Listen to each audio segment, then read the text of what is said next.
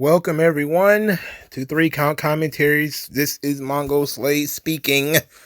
We're going to talk about one of my favorite subjects, unions. Ric Flair was on a podcast called Games with Names with a guy by the name of Julian Edelman. I'm not sure. I think I'm supposed to know who this guy is, but I don't. And Flair kind of brings up why there is no wrestling union. And I want to talk about that. And I want to talk about that in a little bit more long form than a short will allow. So I'm going to play the audio of Flair talking, and then I'm going to give my thoughts. How about that? London to St. Louis, St. Louis to Atlanta, Atlanta, back to Tokyo, all in 1 week. Jesus Christ. But you know what? You're the reason, you and your comrades that you guys are doing are the reason why that fucking WWE is what it is today. Yeah, but they don't see it like that. I know. How do we not have a union? Yeah, that's crazy. A multi-billion-dollar company, right? Yeah. No union. Well, it would take the wrestlers you have to unify. Yeah. But it's hard because nobody wants to do it because they just can move on without you. They wanted me and Hogan to do it. Then Hulk called me and says, I said, I'm not jumping out there because nobody wants to do it because they just can move on without you. They wanted me and Hogan to do it. Then Hulk called me and says, I said, I'm not jumping out there because they'll just replace me. And that's why our union as the NFL is so weak. Yeah. We have a weak union because just like your highest paid stars aren't going to say, hey, they'll replace me. Yeah. They're not going to fight for the guys that are gnawing and scratching at the bottom. Yeah. Which is very similar to like when you're talking about policy with guys in the NFL locker. You got 10% of the locker rooms making crazy money, 15%. Then you got a middle class, and then you got guys that are not going to make the team. Yeah. And there's a lot of those guys. Yeah. But they're all voting. Yeah. So it's tough to get alliance with our union. Yeah.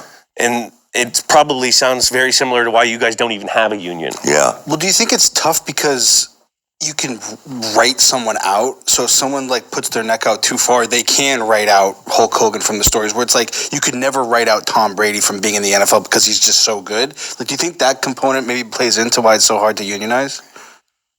What is it that makes an SUV? Okay, so I didn't know that commercial was coming. Damn YouTube. Anyway, let's just respond to what they've said so far. How about that? So Flair says essentially that the boys were afraid of being replaced by The Office, which is a legitimate thing to be concerned about because The Office will just move on. I mean, that's what The Office does. It's a little bit trickier than that, I think. But I definitely think you need to talk about the specific timing of when a union might have worked. And it probably will work more in this generation than in the past. In the past, if you were a popular wrestler, if you were the Sheik or Gorilla Monsoon, or if you were Harley Race, or if you were Dusty Rhodes, or if you were, Fritz Von Erich or something like that, if you got popular enough, you just bought into the promotion. You didn't need a union. If you were a top star and you felt like you were getting screwed financially, you would just go homestead somewhere. If you're Vern Gagne and you're from Minnesota, you just start a promotion in Minnesota. You start your own promotion. You're the biggest star. You make the most money. And then you pick your guys that you like to work with and you pay them a whole lot of money. And then that's it. And then those are the guys that you need. Everybody else can go and travel the country and you don't need them anymore. Right? So back before 1984 or 1985, it wasn't going to work because guys would just start their own promotions. They would just buy into a promotion. As an owner got old, he just sell his shares to some wrestler, usually a wrestler that's been around for a while. That's how a guy like the Sheik ended up owning territory in Detroit. That's how other wrestlers bought into promotions. Gorilla Monsoon bought into New York. And that's kind of how it was. It was like the next step of being a main event pro wrestler was that you bought into the promotion. Now, if you were not a main event pro wrestler, they don't care whether you try to unionize. They just fire all of you guys. You're all low card, middle card guys. Who cares about you? We only care about Bruno and guys like that. We don't care about, Iron Mike Sharp or anything. We don't care about these guys wanting to unionize. Who cares? And the fans would not care either. Just like today, if I use this name a lot because it comes up a lot, but like Apollo Crews. If Apollo Crews decides to call for a union and Roman Reigns don't want to do it, who do you think the fans are going to go with? The fans are not going to go with Apollo Crews. They're not going to be like, oh, yeah, you guys should unionize because Apollo Crews thinks so. They're going to be like, yeah, you better get in where you fit in, Baldy. It ain't going to work out that way. You're going to need a little bit of everybody to get involved. You're going to need the people at the top to feel like they're being screwed. And as long as these companies continue to take care of the guys at the top, they don't care about anybody else. Because the union is not going to work without the guys at the top. Period. It's just not going to work. No union. I don't know. I just didn't want to be Jesse Ventura drove me crazy. Come on. I go, Jesse, what? So I give up the NWA World Championship, walk out there, they just put the belt on DiBiase or back to Harley or somebody, So who knows? I don't know. It just wasn't something I wanted to explore, but I certainly was asked to do it a lot. Yeah. All right, so there we go. Flair was asked to get involved with the union. They said Jesse Ventura was involved with it. Of course, Jesse Ventura would be interested in something like that. But, no.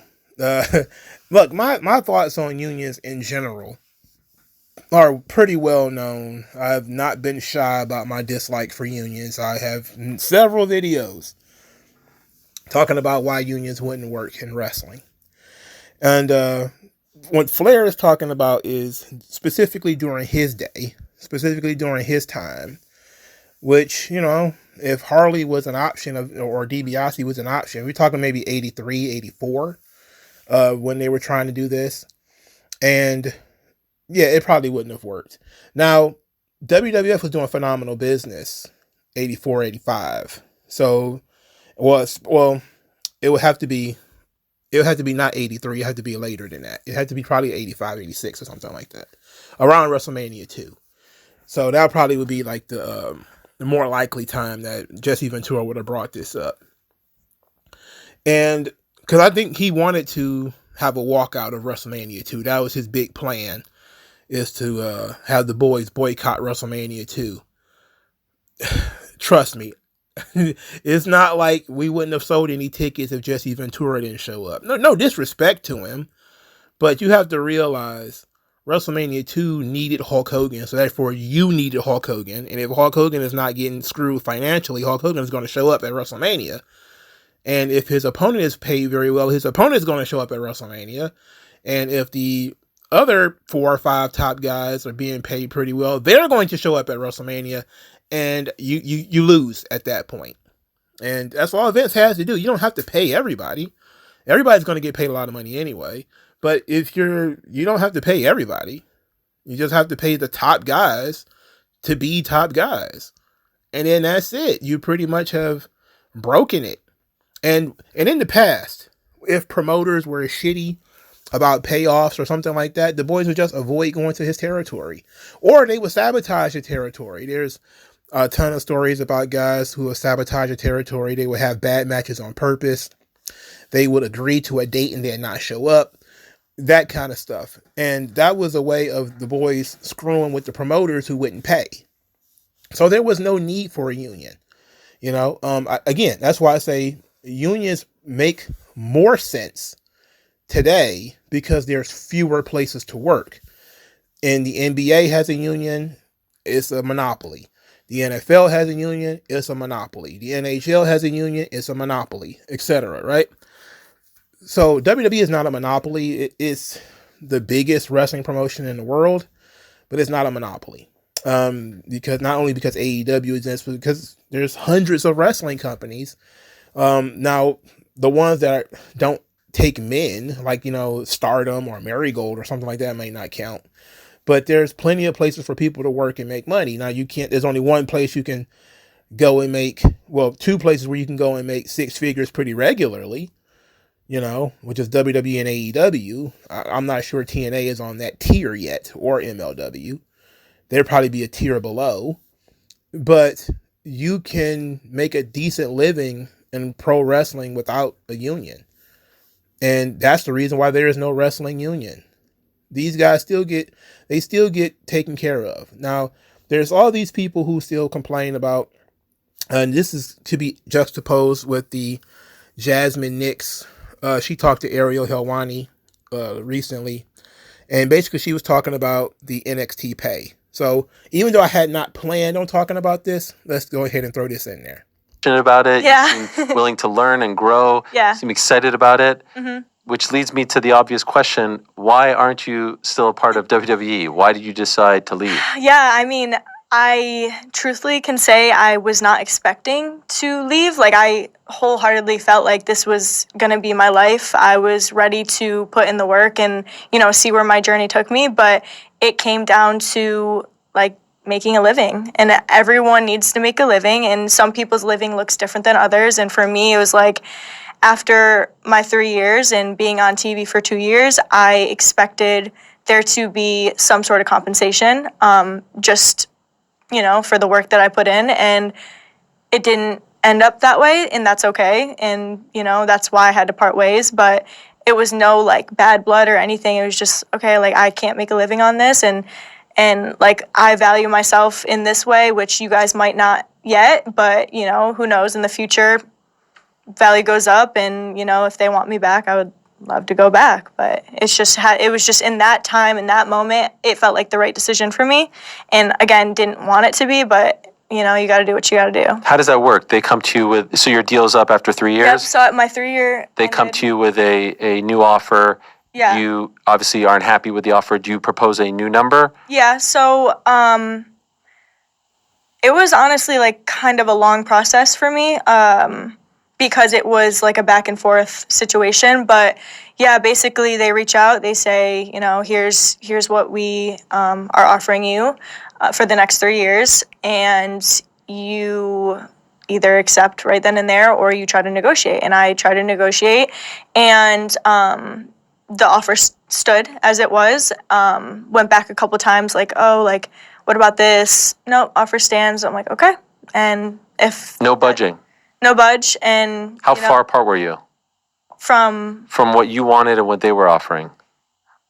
I just wanted any compensation. I felt like after 3 years, when you say compensation, they wanted to pay you, so that's compensation. Yeah, so they wanted a raise, right? I wanted a raise. Yeah. Yeah. But like, how big was the gap? Like, were you like, miles apart, or were No. you thought that they could meet I you? felt like there definitely could have been like a meet in the middle, but after I realized there was no budge, I was like, okay, like, that's kind of where it stands. Like, there's nothing else I can do or say. It just was like, okay, All right, so that's pretty much it. All right.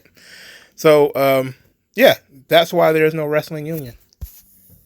That's it right there. What you think you're worth versus what the company thinks you're worth. What value do you bring? You spent 3 years in development. I talked about this before. She spent 3 years in developmental. She came into wrestling with zero experience. They paid her to train. They put her on TV.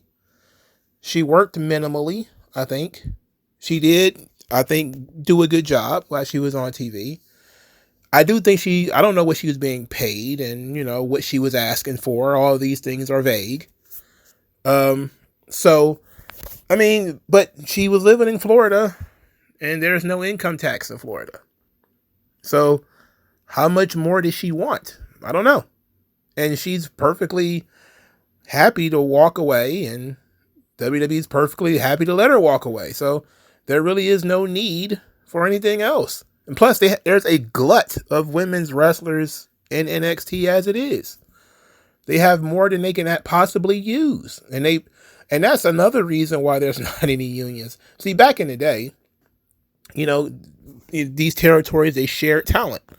People would go back and forth. People would stay for a little while, get a little bit of an apartment, and then probably do a loop a couple of months, a year or so, and then they'd go somewhere else for a while. Now these guys are especially in WWE, they're expected to stay on TV for 10 years. A guy like Randy Orton, 10 years in one place, 20 years in one place. That's different. That's a completely different business than it was 40, 50 years ago, right? So as they have that plan, then there's guys at the top who got a decade in, 15 years in, 20 years in. Those guys are not going anywhere. You know, good luck trying to get Seth Rollins to leave. And good luck trying to get Seth Rollins to unionize with you. You know, if Jasmine Nix wanted to get all the people that would listen to her to unionize, who do you think it would be? It would be the people in the locker room who are in the same situation that she was in, which is they came into wrestling with very little money, and very little opportunities and almost no training. And all of those people would just be fired. And guess what? You or I would not even miss them because we don't know who they are. It would be just random performance center talent. You might get one dummy who's on NXT TV or something like that might want to join the cause, and then they'll end up getting cut too. But ultimately, unless the top guys want to do it, it's not going to get done. And the top guys are not going to want to do it. They're not going to tether your income to theirs. Why would they do that? That literally doesn't make any sense. You know, so I know people like unions. It's a very popular idea amongst certain people. But my general dislike of unions, as I've said before, comes from me working in a union. It's not like something I read in a book. I worked in a union. I know that there are people who are potential high earners that are being held back because they're in unions. I know that there are people who are lazy bums who are being protected because they're in unions. I know, and this is something I did read, that unions are one of the number one reasons why you have increased labor costs and thus decreasing jobs. I mean, I've said it before, and you know, I wish I wasn't so damn lazy. I would look it up, but you could probably look it up. And I'm a pattern recognition guy. I can't tell you the numbers and the figures and everything, but every time there's been a substantial raise in the big three, you know, Ford, GM, or Chrysler. I don't know what it's called now, but it's Daimler, I think. I don't know. Anytime there's a substantial increase in pay, which is artificial because it's not based off of what the workers are actually doing. It's because of government fiat, government forcing you to come up with some kind of deal with the union. Every time that happens, there's cuts. People lose their jobs. Every single time. That means that the people at the top, the people with hierarchy who've been there for a long time, whether they're lazy bums or not, they get paid more money. And if you come in and you only been working there 6 months, but you've been humping and busting your ass and you show up on time, but you're last hired, first fired. You on the picket line with them. And then when it's time to send your dumb ass home because you didn't picketed yourself out of a job. Well, thanks for the new car. Thanks for, you putting your body on the line, you sacrificing your job for the people above you. Do you really want to do that? No, nobody wants to do that. Everybody wants to be fairly compensated for the work that they put in. And you need to be able to walk away if that compensation is not correct. And I learned that as a person who worked in the union, that you might be one of those people who show up on time, who do your job, and then you see somebody else, they make the same money as you or in the same ballpark. They take 1 hour breaks. They're constantly on the phone. They're sucking up with the boss, so they're never actually working. And in a in a real job, that person would not make a lot of money and would probably get fired or get put in a position where they can't do any damage. But unions have rules against all that kind of stuff. You know, who wants to deal with that? You know, and the weird thing is, even within some of the more popular unions like the Hollywood and all that kind of stuff, there's still wild pay discrepancies. That's like I don't know which one of these guys was Julian Edelman. I believe it was the guy sitting in the chair, which means the football player. But he talked about it. Like, there's still wild pay discrepancies even within the union. So it doesn't really even fix the problem. It just gives the guys at the bottom some kind of guarantee, which I believe WWE already does. I think they already provide some basic level of, pay for talent, which they don't need a union for that. And you can make these and this is the one positive thing about unions, is that you can adapt certain practices without having the union. For instance, you can adapt sick days, which was a thing that they claim unions created sick days. I don't know if that's true or not. I don't know enough about labor history. Same thing with time off and weekends and all that kind of stuff. You can mimic all that stuff without having a union.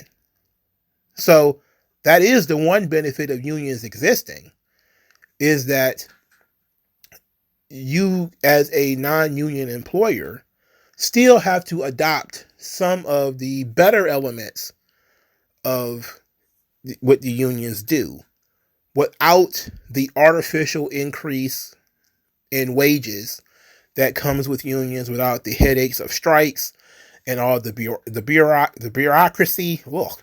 And the talent don't have to worry about paying some third party who does nothing all day, but they get to vote, even though they don't matter in the grand scheme of things. You get to vote on policy, but you don't really matter at all, period. But they still have this crazy pay disparities and everything too. That's typical in all forms of labor. All right, so that's it. Ric Flair didn't want to join a union because he didn't want to be replaced as the NWA World Champion. It's interesting because he spent a part of that podcast talking about his lifestyle and how much he spent on clothes and shoes and jewelry and liquor and everything. And if you're living that way, you're not sacrificing that lifestyle so that some mid-card guy can get a couple of more nickels on his paycheck. He can just go to another territory and probably get paid more. Just beat it. Get out of here. Go somewhere else and get paid more. Go to Japan or go to Canada or something and get paid more. You're not about to fuck with my money. It's just the right position to have. All right. Thank you guys for your time. I'll talk to you later. Peace out.